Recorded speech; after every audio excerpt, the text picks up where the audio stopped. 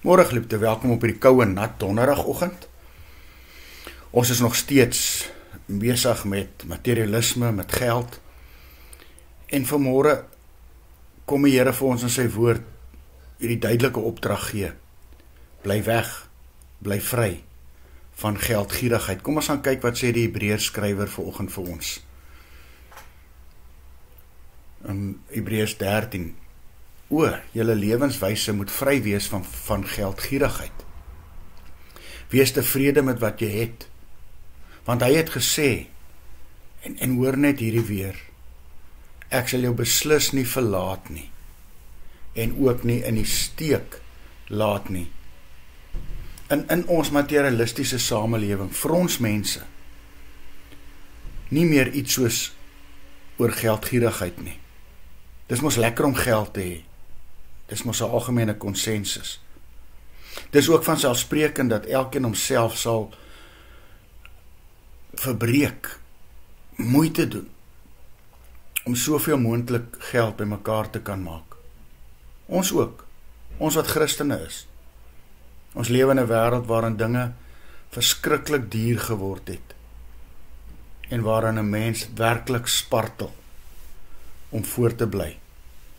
En die gevaar dan is net dat ons so ingesleep kan word by die kultuur van materialisme, dat ons anderzijds verloor, wat van ons getuies maak, wat vir ons in die wêreld vir die Here laat uitstaan. Wat is dan die alternatief? En hier sê die Here Jesus dit, wees tevrede met wat jy het, dan sal jy regtig uitstaan. Want wie ken tog beter wat jy wil hê en moet hê en nodig het. Begin vir jou daarop toelê om dit wat jy het in dankbaarheid te geniet. Geniet jou huis, geniet jou motor, al is dit nie die mooiste in die buurt nie, al is dit die nuutste nie. Geniet jou gesin, al wat julle dalk nie vanjaar of volgende jaar oor see gaan nie.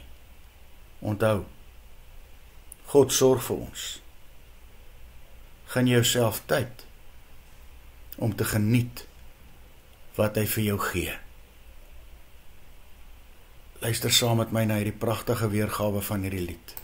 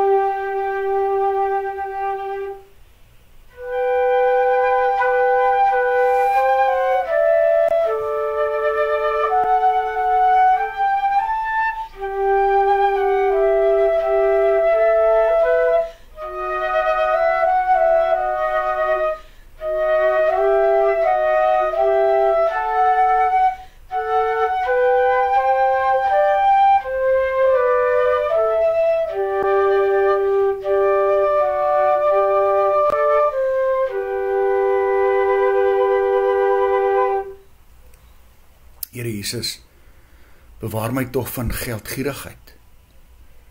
Ek is dankbaar vir alles wat U my gee, geld, maar vir al my gesin, my familie, my vriende en my gemeente.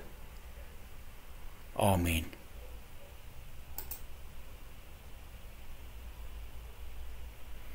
Geliefde, mag jy saam met my 'n wonderlike dag hê.